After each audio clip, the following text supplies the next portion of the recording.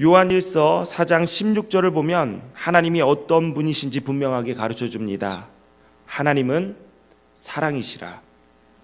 사랑이신 하나님은 우리를 하나님의 형상대로 지으셨습니다. 하나님이 자기 형상 곧 하나님의 형상대로 사람을 창조하시되 남자와 여자를 창조하셨다라고 했습니다. 우리는 하나님의 성품을 닮았습니다. 그러므로 사랑이신 하나님의 본성대로 창조된 우리는 무엇을 사랑하느냐가 중요합니다. 디모데후서 3장 2절에는 빗나간 사랑의 예가 나옵니다. 사람들이 자기를 사랑하며 돈을 사랑한다라고 했습니다. 그런데 성경은 돈을 사랑함이 일만 악의 뿌리가 되나니 이것을 탐내는 자들은 미혹을 받아 믿음에서 떠나 많은 근심으로써 자기를 찔렀도다라고 했습니다. 요한일서 2장 15절에는 이런 말씀이 있습니다. 우리 다 같이 한번 읽어볼까요? 요한일서 2장 15절 말씀입니다. 시작. 이 세상이나 세상에 있는 것들을 사랑하지 말라. 누구든지 세상을 사랑하면 아버지의 사랑이 그 안에 있지 아니하니. 아멘. 여러분은 무엇을, 누구를 어떻게, 얼마나 사랑하십니까? 사랑하게 되면 그 대상을 가까이 두려 합니다. 마찬가지입니다. 우리가 하나님을 정말 사랑한다면 가까워지기 위해 노력해야 합니다. 말씀이신 하나님, 하나님의 말씀과 가까워져야 합니다. 그래서 오늘 본문의 시편 기자는 내가 주의 법을 어찌 그리 사랑하는지요, 내가 그것을 종일 작은 소리로 읊조리나이다 라고 했습니다. 이런 사랑의 고백이 우리에게도 있어야 합니다. 우리가 하나님의 말씀을 가까이 하는 것은 말씀이신 하나님을 사랑할 때 가능한 일입니다. 하나님의 말씀을 사랑하면 그 말씀이 우리를 지혜롭게 합니다. 본문 98절에 주의 계명들이 항상 나와 함께하므로 그것들이 나를 원수보다 지혜롭게 하나이다 라고 했습니다. 여기서 말하는 지혜는 하나님을 아는 지식, 선과 악을 분별할 줄 아는 능력, 경건한 선택을 할 수 있게 하는 용기를 말합니다. 그런 지혜를 얻으려면 여호와를 경외하는 것이 지혜의 근본이요 거룩하신 자를 아는 것이 명철이니라 하신 말씀을 따라서 하나님을 경외해야 합니다. 하나님을 경외하는 방법은 말씀을 통해서 배울 수가 있습니다. 신명기 4장 10절을 보니 내가 호렙산에서 내 하나님 여호와 앞에 섰던 날에 여호와께서 내게 이르시기를 나에게 백성을 모으라. 내가 그들에게 내 말을 들려주어 그들이 세상에 사는 날 동안 나를 경외함을 배우게 하며 그 자녀에게 가르치게 하리라 라고 했습니다. 예수 믿는 우리는 살아계신 하나님을, 구원받아 하나님의 자녀됨을, 하나님 나라를 상속받은 주인공 되었음을 하나님 말씀을 통해서 깨닫게 됩니다. 이처럼 말씀은 하나님을 아는 지혜와 명철을 얻게 합니다. 그리고 말씀에는 구원에 이르는 지혜가 있습니다. 디모데후서 3장 15절에 성경은 능히 너로 하여금 그리스도 예수 안에 있는 믿음으로 말미암아 구원에 이르는 지혜가 있게 하느니라 라고 했습니다. 뿐만 아니라 하나님의 사람으로 온전하게 하며 모든 선한 일을 행할 능력을 갖추게 됩니다. 우리 디모데후서 3장 16절 17절 말씀 함께 봉독합니다. 시작. 모든 성경은 하나님의 감동으로 된 것으로 교훈과 책망과 바르게 함과 의로 교육하기에 유익하니 이는 하나님의 사람으로 온전하게 하며 모든 선한 일을 행할 능력을 갖추게 하려 함이라. 아멘. 아멘. 존 웨슬리 목사님은 스스로 한 책의 사람이다 라고 얘기했습니다. 한 책의 사람, 그 한 책은 성경을 말합니다. 웨슬리 목사님은 많은 공부를 했지만 본인 스스로를 한 책만 아는 사람이라고 얘기할 만큼 성경 말씀의 중요성을 강조했습니다. 아마 여러분도 말씀의 중요성을 모르지는 않을 것입니다. 그러나 중요성을 알매도 불구하고 하나님 말씀보다 다른 것을 알기 위해 열심을 낼 때가 많습니다. 2021년 새해를 맞이해서 열심을 내야 할 일들이 많습니다. 그러나 가장 먼저 우리는 하나님의 말씀을 가까이 하기 위해 열심을 내야 합니다. 시작이 반이라고 했습니다. 아직 시작을 하지 못했다면 시작하시기 바랍니다. 지난주 예배를 마치고 일주일 동안 큐티를 빠지지 않고 해서 교회 학교 밴드에 올린 아이들을 시상을 했습니다. 꼬마아이부터 초등학생까지 자신이 큐티한 책을 찍은 사진이 대부분이고 얼굴이 나온 사진은 이거밖에 없어서 제가 몇몇 아이들의 모습으로만 여러분들께 보여드리지만 정말 많은 아이들이 큐티를 시작했고 그 큐티를 빠지지 않고 하고 그리고 밴드에 자기가 큐티한 내용을 올렸습니다. 하나님 말씀을 가까이 한 아이들에게 직접 상을 주고 싶어서 직접 나올 때까지 기다렸다가 줄까 하다가 그럴 수가 없어서 기프티콘을 엄마들에게 다 보냈습니다. 자녀가 한 명인 가정은 엄마와 자녀가 먹을 수 있는 크기로, 자녀가 2명인 가정은 조금 더 큰 사이즈로, 3명의 자녀가 모두 다 큐티를 한 가정은 그리고 더 큰 사이즈로, 4명은 더 큰 사이즈로 이렇게 해서 아이스크림 쿠폰을 보냈습니다. 거기에 제가 이런 이야기를 써서 보냈습니다. 이런 얘기 하면 안 되죠. 베라보다 더 달콤한 하나님 말씀을 더 꾸준히 먹이시기 바랍니다 라는 부탁의 말씀 같이 보냈습니다. 아이들도 대견하지만 옆에서 도움을 준 부모도 충분히 칭찬받을 자격이 있다고 생각합니다. 저는 부모들을 사실 더 칭찬하고 싶습니다. 가정에서 말씀을 가까이 하는 분위기를 만들기 위해 부모들이 힘써야 됩니다. 쉴 때 여러분들 뭐 하십니까? 대부분 각자의 스마트폰을 보면서 쉼을 가질 것입니다. 그러나 수고하고 무거운 짐진 자들아 다 내게로 오라. 내가 너희를 쉬게 하리라 약속하신 주님의 말씀과 함께 쉬시기를 바랍니다. 그렇다면 여러분은 참된 쉼을 얻을 뿐만 아니라 그 모습을 본 여러분의 자녀들은 본을 받아 말씀을 가까이 함으로 하늘에서 허락하신 지혜와 명철을 얻게 될 것입니다. 무엇보다도 이 시간, 예배 시간에 선포되는 말씀을 붙잡으십시오. 오늘 내게 주신 말씀이 무엇인지 듣기 위해서 집중하십시오. 우리가 말씀을 가까이 해야 하는 이유는 하나님께서 말씀하시는 분이시기 때문입니다. 하나님은 말씀으로 세상을 창조하셨고 지금도 말씀으로 우리를 깨우치십니다. 말씀으로 격려하시고 붙잡으시고 이끄십니다. 또한 그 말씀으로 우리에게 사명과 삶의 이유를 주십니다. 하나님은 오늘도 우리의 심령 속에서 말씀으로 가르쳐 주시고 생각나게 하셔서 우리를 일하게 하십니다. 그런데 우리에게는 에레미야와 같은 마음이 있습니다. 하나님은 에레미야에게 내가 너를 모태 짓기 전에 너를 알았고 내가 배에서 나오기 전에 너를 성별하였고 너를 여러 나라의 선지자로 세웠노라 라고 하셨습니다.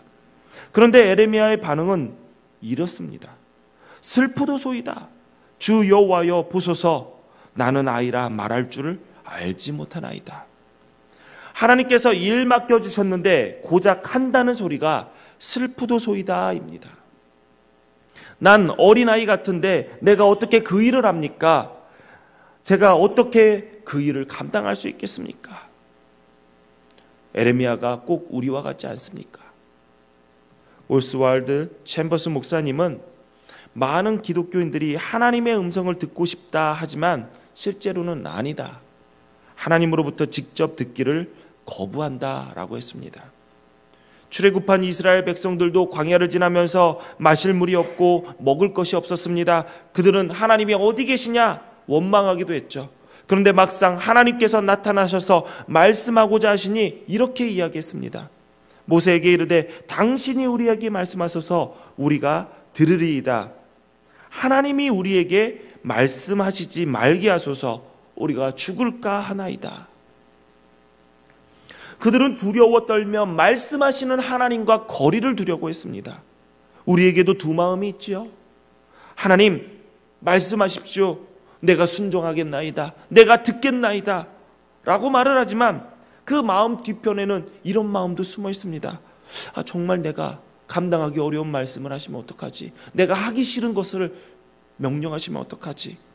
걱정을 합니다. 그래서 하나님의 음성을 듣고 싶어도 하지만 반대로 하나님의 음성이 들리는 것을 거부할 때도 있습니다. 하나님의 말씀이 부담스러우십니까? 그런 생각이 들 때 우리는 하나님의 말씀을 더 가까이 해야 합니다. 하나님은 말 잘하지 못해서 그 사명을 내가 할 수 없습니다 라고 거절했던 에레미야에게 이렇게 말씀하셨습니다. 보라, 내가 내 말을 내 입에 두어놓으라. 내가 내 말을 너에게 맡겼다라고 얘기했습니다. 그러자 에레미야가 이렇게 바뀌었습니다. 만군의 주 하나님, 저는 주님의 이름으로 불리는 사람입니다. 주님께서 저에게 말씀을 주셨을 때에 저는 그 말씀을 받아 먹었습니다. 주님의 말씀은 저에게 기쁨이 되었고 제 마음에 즐거움이 되었습니다. 에레미야가 전한 것은 이스라엘을 향한 심판의 메시지였습니다. 그 메시지를 들은 이스라엘은 여전히 완악했습니다. 사람들이 하나님의 말씀을 선포하는 에레미야를 죽이려고 들었습니다. 그런데 에레미야가 어떻게 그 선지자의 사명을 잘 감당할 수 있었을까요? 하나님의 말씀을 받아 먹었기 때문입니다. 그 말씀이 기쁨과 즐거움이 되었기 때문입니다. 2021년 여전히 신앙생활하기 어렵습니다. 사명 감당하는 것도 쉽지 않습니다. 그러나 어떤 환경과 상황이라도 하나님의 말씀을 가까이 하는 것이 부담이 아니라 기쁨과 즐거움이 되어야 합니다. 또한 우리가 영적 전투에서 승리하려면 하나님의 말씀으로 무장해야 합니다. 에베소서 6장에는 마귀와 싸울 때 어떤 무장을 해야 하는지 알려줍니다. 우리 에베소서 6장 13절부터 17절까지의 말씀 함께 읽겠습니다. 시작. 그러므로 하나님의 전신갑주를 취하라. 이는 악한 날에 너희가 능히 대적하고 모든 일을 행한 후에 서기 위함이라. 그런즉 서서 진리로 너희 허리를 띠르고 의의 보신경을 붙이고 평안의 복음이 준비한 것으로 신을 신고 모든 것 위에 믿음의 방패를 가지고 이로써 능히 악한 자의 모든 불화살을 소멸하고 구원의 투구와 성령의 검 곧 하나님의 말씀을 가지라. 아멘. 아멘. 여기서 유일하게 성령의 검 곧 하나님의 말씀만 공격 무기입니다. 신앙생활을 하며 겪는 고난과 시험에 승리하려면 말씀의 무기를 갖춰야 됩니다. 누구에게나 시험과 고난은 찾아옵니다. 문제는 그 시험 앞에 넘어지느냐 이기느냐입니다. 닥쳐오는 고난과 시험에 승리하려면 읽고 듣고 배우고 묵상하면서 마음에 새겨놓은 말씀이 있어야 됩니다. 그러면 그 말씀이 마귀를 대항하는 영적인 무기가 됩니다. 히브리서 4장을 보면 하나님의 말씀은 좌우의 날선 어떠한 검보다 예리하다라고 했습니다. 지금도 마귀는 우는 사자와 같이 두루다니며 삼킬 자를 찾고 있습니다. 우리가 그 마귀와 싸워 이기려면 말씀의 칼을 잘 갈아 두어야 합니다. 말씀을 가까이 하고 날카로운 말씀의 검을 가지면 우리의 삶은 날마다 승리할 수 있게 되는 것입니다. 하나님께서는 하나님의 말씀을 즐거워하며 주야로 묵상하는 자에게 형통의 복을 약속하셨습니다. 형통은 모든 일이 뜻한 바와 같이 잘 되는 것을 말합니다. 시편 1편 2절 3절에 오직 여호와의 율법을 즐거워하여 그의 율법을 주야로 묵상하는도다. 그는 시냇가에 심은 나무가 철을 따라 열매를 맺으며 그 잎사귀가 마르지 아니함 같으니 그가 하는 모든 일이 다 형통하리로다 했습니다. 성경에는 말씀을 지켜 행하는 자를 형통케 하신다라는 약속이 많습니다. 우리 함께 읽겠습니다. 신명기 29장 9절입니다. 시작. 너희는 이 언약의 말씀을 지켜 행하라. 그리하면 너희가 하는 모든 일이 형통하리라. 여호수아 1장 8절입니다. 이 율법책을 내 입에서 떠나지 말게 하며 주야로 그것을 묵상하여 그 안에 기록된 대로 다 지켜 행하라. 그리하면 내 길이 평탄하게 될 것이며 내가 형통하리라. 아멘. 아멘. 계시록 1장 3절입니다. 이 예언의 말씀을 읽는 자와 듣는 자와 그 가운데 기록한 것을 지키는 자는 복이 있나니 때가 가까움이라. 아멘. 하나님께서는 약속하신 말씀을 가까이하여 형통한 하나님께서는 약속하신 말씀을 가까이하는 자에게 형통을 주신다라고 약속하고 있습니다. 그 형통의 주인공이 되시기를 바랍니다. 시편 1편에 복 있는 사람을 이렇게 소개합니다. 복 있는 사람은 악인들의 꾀를 따르지 아니하며 죄인들의 길에 서지 아니하며 오만한 자들의 자리에 앉지 아니하고 오직 여호와의 율법을 즐거워하여 그의 율법을 주야로 묵상하는도다. 그러므로 말씀을 읽고 듣고 묵상하며 사십시오. 자녀들과 함께 말씀을 읽고 듣고 어떻게 말씀을 적용하며 살아야 하는지 이야기를 나누십시오. 어려서부터 하나님의 말씀을 가까이 한 자녀들은 말씀대로 형통하게 됩니다. 그 뿌리가 시냇가에 심은 나무와 같이 날마다 그의 삶에는 하나님께서 맺어주신 그 열매로 가득하게 될 것입니다. 사람들에게 인정받아도 자존감이 올라가서 단단해집니다. 그러나 그 말씀 속에 너는 내 것이다, 하나님께서 친히 내 것이다 라는 말씀이 없다면 사람들의 인정에 흔들리게 됩니다. 그러나 흔들리지 않는 하나님의 인정을 받는다면 그 자녀의 삶은 어떠한 상황 속에서도 흔들리지 않는 복된 삶을 누리게 될 것입니다. 하나님께서 나를 사랑하신다라는 그 말씀을 깨닫고 확신하는 자, 자리 잡은 사람은 이 세상에서 어떻게 살아갈지 우리 말해서 뭐 하겠습니까? 누가 뭐라 해도 하나님의 말씀이 우리와 우리의 자녀 속에 심겨 있다면 세상의 어떤 것도 우리를 흔들 수가 없습니다. 우리나라 한식이 유튜브를 통해서 많이 소개되면서 한식에 대한 외국인들의 관심도 많이 높아졌습니다. 외국인들이 우리나라의 대표적인 음식을 먹어보고 대부분 찬사를 아끼지 않지만 그 중에서도 외국 사람들이 도전하기 어려워하는 음식이 몇몇 있죠. 대표적인 것이 삭힌 홍어로 만든 음식입니다. 삭힌 홍어로 만든 홍어에 못 먹는 사람 우리나라 사람도 많습니다. 처음 이 삭힌 홍어를 맛보면 대부분 인상을 쓰면서 도대체 이런 걸 왜 먹냐라고 하지만 그 맛을 제대로 알게 되면 이렇게 얘기합니다. 왜 이걸 안 먹냐? 말씀도 마찬가지입니다. 말씀의 맛을 알게 되면 그 맛의 진가를 누리게 됩니다.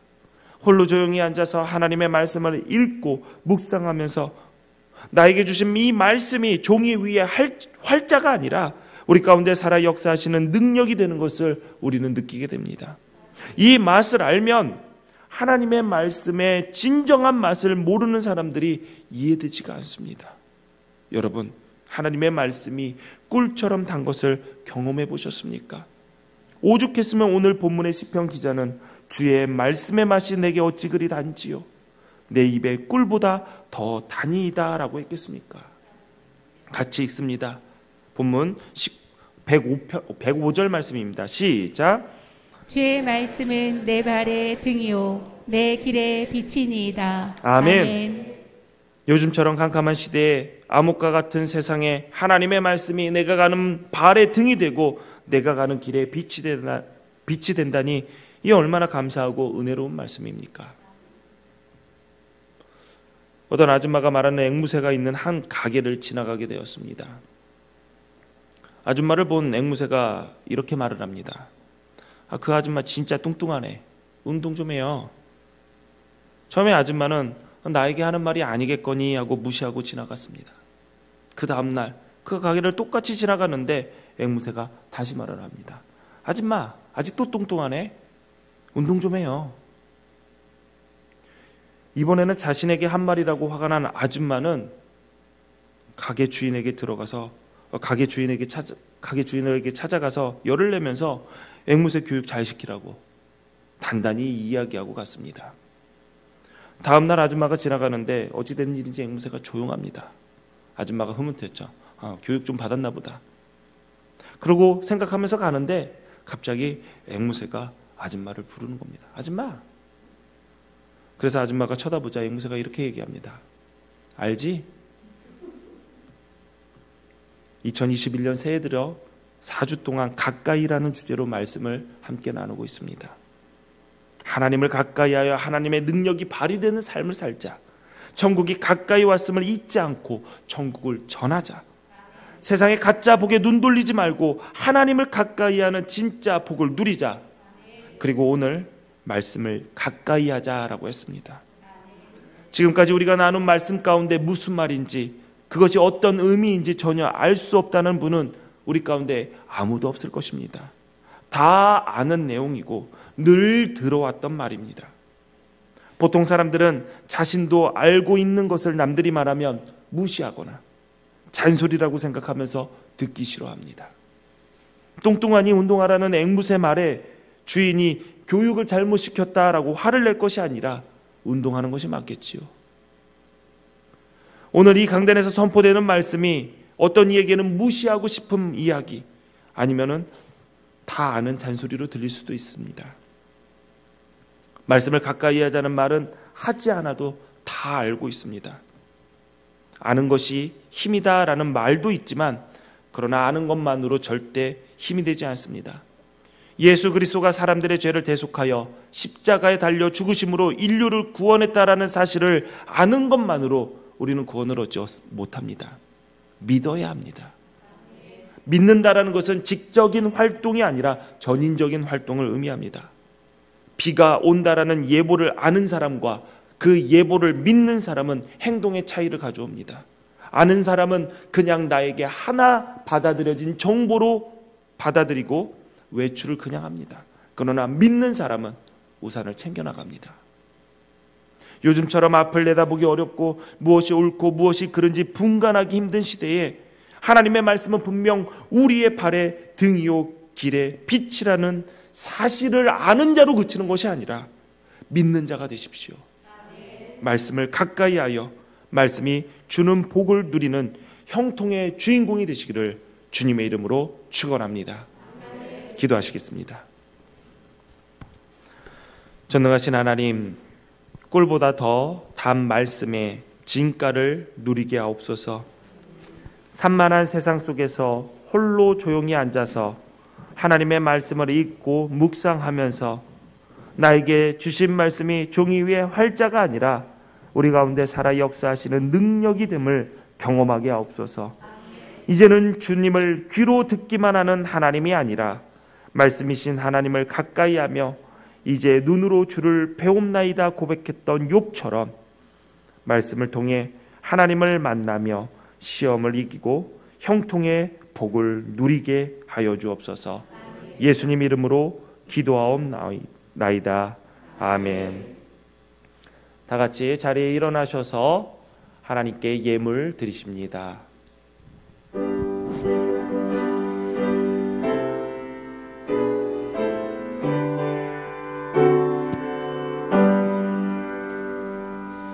모든 것이 주께로부터 왔으니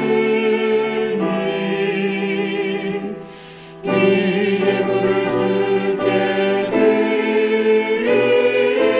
드리나이다.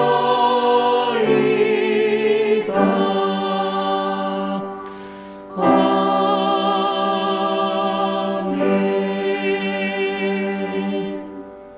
기도하시겠습니다. 세상에 살며 얻은 소득을 구별하여 하나님께 드립니다. 11조와 감사헌금, 건축헌금과 성교헌금, 1000번째 예물, 여러 가지 제목으로 예물을 드립니다. 주님이 주신 것들을 육체의 욕심을 채우기 위해 쓰지 않고 하나님 나라를 이루는 일에 동참하게 하시니 감사합니다. 아멘. 물질보다 주님을 더 사랑하며 세상 것보다 하늘의 보화를 더 소중히 여기며 살게 하옵소서. 아멘. 이 예물을 맡아 사용하는 기둥교회도 함께하여 주셔서 인간의 생각과 욕심이 아닌 하나님의 뜻을 이루는 일에 지혜롭게 사용할 수 있도록 인도하여 주옵소서. 아멘. 우리 주님 예수 그리스도의 이름으로 기도하옵나이다. 아멘.